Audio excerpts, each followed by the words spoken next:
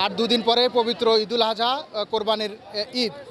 পবিত্র ঈদুল আজহা উপলক্ষে নোয়াখালীর ছোট বড় 200টি পশুর হাটে ক্রমান্বয়ে দিন যত ঘনিয়ে আসছে ততই পশুর হাটের বাজার জমে উঠেছে। আমি এখন আছি নোয়াখালীর বেগমগঞ্জের ঐতিহ্যবাহী জমিদার বাজারে। মূলত এই হাটটি জমিদার হাট বাজার হলেও আজকে এখানে সড়কের উপরেই মূলত পশুর হাটটি বসেছে। আপনি হয়তো ক্যামেরার মধ্যে দেখতে পারবেন এখানে প্রচুর দেশীয় গরু আনা হয়েছে বিক্রির জন্য। নোয়াখালীর বিভিন্ন খামারে এই আজকে যেখানে এই গরুগুলো আনা হয়েছে, প্রায় নোয়াখালী চরাঞ্চলে বিভিন্ন ছোট বড় খামারে এই গরুগুলো কোরবানির জন্য উপযুক্ত করে এখানে আজকে হাটে নেওয়া হয়েছে। তবে একটু যারা এই কোরবানির জন্য এসেছেন, পশু কিনতে এসেছেন, বৃষ্টির কারণে সাধারণত ক্রেতা বিক্রেতা একটু চরম বিড়ম্বনার মধ্যে পড়তে হয়েছে। দুপুর থেকে চরম বৈরী আবহাওয়ার মধ্যে প্রচুর বৃষ্টি হয়েছে, যার কারণে এখন বৃষ্টি একটু কম থাকার কারণে সবাই হাটে যার যার পছন্দের পশুটি কেনার জন্য রয়েছেন।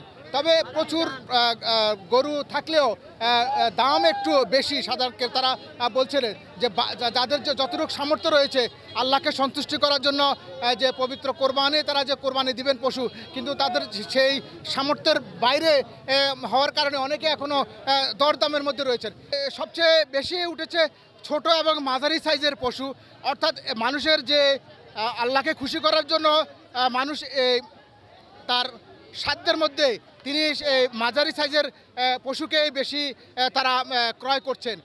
তবে আমি যে এখন জমিদারহাট বাজার রয়েছি, সেখানে দেশি গরু, অর্থাৎ আপনি জানেন যে নোয়াখালীর চরাঞ্চলে বেশিরভাগ মানুষের খামারে এই দেশি গরুগুলো এখানে নিয়ে এসেছেন। তবে সবচেয়ে বাজারগুলোতে দুপুরবেলা থেকে কোরবানির জন্য পশুগুলো নিয়ে আসলেও প্রচণ্ড বৃষ্টির কারণে বাজারে কিছুটা মানুষজনের সমাগম দুপুর থেকে কিছুটা কম ছিল। তবে এখন যেহেতু বৃষ্টিটা কমে এসেছে, এখন মানুষজন তার পছন্দের পশুটি ক্রয় করার জন্য হাটে এসেছেন।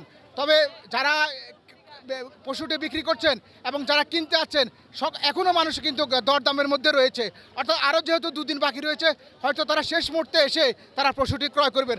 আমি এখন জমিদারহাট বাজারের একজন, যিনি এই হাটে গবাদি পশু অর্থাৎ কোরবানির জন্য পশু নিয়ে এসেছেন, তার সাথে কথা বলবো। আপনি এখানে কয়টি পশু নিয়ে এসেছেন?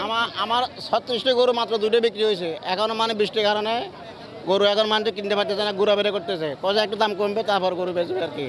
তো আমার আশা করি গরু সবগুলো আরও 2 আছে, আবার 2 আমরা নেব। আমি একজন ক্রেতার সাথে কথা বলবো যিনি অনেকক্ষণ থেকে এই বাজারে রয়েছেন। আর তো 2 দিন বাদে কোরবানি, আপনি এখনো পশু কিনতে পারছেন কিনা বা কিরকম দাম আপনার কাছে মনে হচ্ছে? ছোড়া চাইতে আছে, এখন আবার জায়গা যাইতে আছে না, দেখি একটু বেশি বাজারে গরু আছে, গরু আছে প্রচুর, দাম ছাড়তেছে না, দাম ছাড়তেছে না।